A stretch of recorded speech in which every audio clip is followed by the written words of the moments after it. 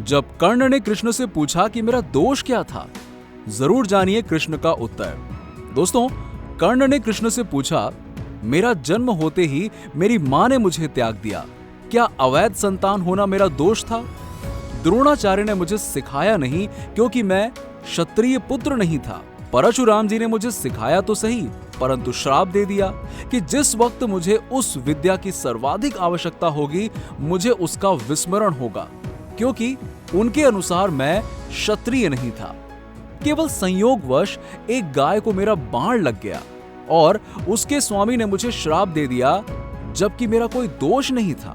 द्रौपदी स्वयंवर में मेरा अपमान किया गया। माता कुंती ने मुझे आखिर में मेरा जन्म रहस्य बताया भी तो अपने अन्य बेटों को बचाने के लिए।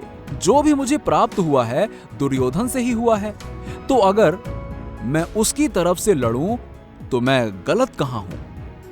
कृष्ण ने उत्तर दिया, कर्ण, मेरा जन्म कारागार में हुआ। जन्म से पहले ही मृत्यु मेरी प्रतीक्षा में घात लगाई थी। जिस रात मेरा जन्म हुआ उसी रात माता पिता से दूर किया गया। तुम्हारा बचपन खड्ग, रथ, घोड़े, धनुष और बाण के बीच उनकी ध्वनि सुनते बीता। मुझे ग्वाले की गौशाला मिली, गोबर मिला और खड़ा होके चल भी पाता, लेकिन उससे पहले ही कई प्राण घातक हमले झेलने पड़े।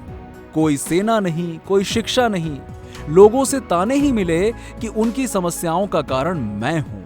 तुम्हारे गुरु जब तुम्हारे शौर्य की तारीफ कर रहे थे, मुझे उस उम्र में कोई शिक्षा भी नहीं मिली थी।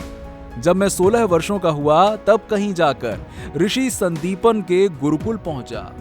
तुम अपनी पसंद की कन्या से विवाह कर सके। जिस कन्या से मैंने प्रेम किया वो मुझे नहीं मिली और उनसे विवाह करने पड़े जिन्हें मेरी चाहत थी या जिनको मैंने राक्षसों से बचाया था। मेरे पूरे समाज को यमुना के किनारे से हटाकर एक दूर समुद्र के किनारे बसाना पड़ा, उन्हें जरासंध से बचाने के लिए। रण से पलायन के कारण मुझे भीरू भी कहा गया। अगर दुर्योधन युद्ध जीतता है तो तुम्हें बहुत श्रेय मिलेगा। धर्मराज अगर जीतता है, मुझे केवल युद्ध और युद्ध से निर्माण हुई समस्याओं के लिए दोष दिया जाएगा। एक बात का स्मरण रहे कर्ण, हर किसी को जिंदगी चुनौतियां देती है, जिंदगी किसी के भी साथ न्याय नहीं करती।